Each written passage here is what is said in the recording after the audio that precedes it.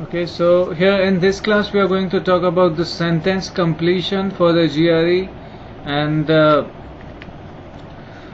content of this small presentation would be some of the predefined elements of the sentence completion. We are going to talk on the theory, application and some of the techniques.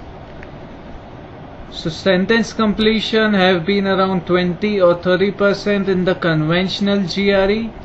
But with the new pattern, the landscape is about to change when their weightage and their complexity is increasing.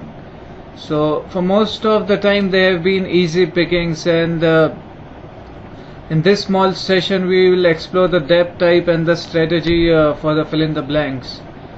So as I have been talking about developing a broad knowledge of the subject whichever you are studying, and the best part about the fill in the blanks is that they check the vocabulary, the transition, the grammar and tone and style. So it's a way to check all four aspects of your language and your analytical skills, and they check your knowledge of picking the positive versus negative word in the blank, and sometimes they also check the degree of the adjectives. Now what we are going to talk in this lecture is also going to help you in your RC and in your essays as well as also in the critical reasoning part. So what's the strategy that we have here? The strategy here is that first we have to think a word that fits into the requirement and look for a similar word.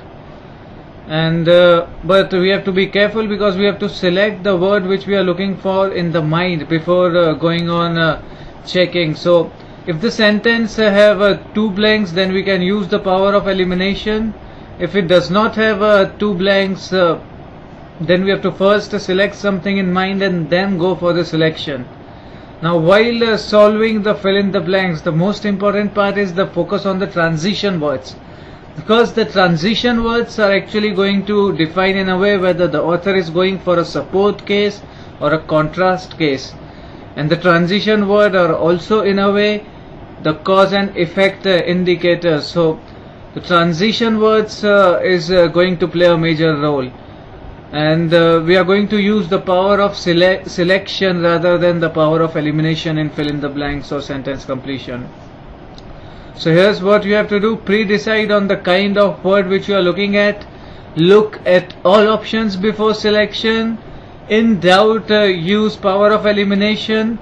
Before doing anything silly, look for the signaling words to get more hints, use the parts of speech to understand the grouping of the words which we often see, break down the sentence into simpler sentences, and be careful with the metaphors, the idioms and the figurative language. So what are these signaling words? Now signaling words are actually the cause effect word, the consequently word. For example, the cause effect is consequently, the support is furthermore, indeed, the contrast signaling is nevertheless, nonetheless, although, despite.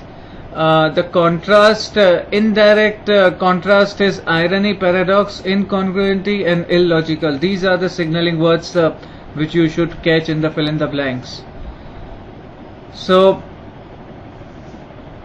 one way to check if we have two parts of the sentences, that both the parts would be moving in the same direction. So if author is trying to convince you something in his sentence, he is not going to change the directions, and the extra knowledge is going to help you here to think out the things. We'll do some examples in the class, and I'll try to also upload some of the examples. You can check out the book, the GRE Nova and the Barron's, for checking out some of the fill in the blanks which are quite interesting. The references for this subject is Nova's GRE and Barron's GRE, and you can check those two books out for more help. Okay, thank you for watching this very small recording. Maybe in the upcoming classes I'll try to upload some of the solutions for some of the typical fill in the blanks. Thank you for your patience.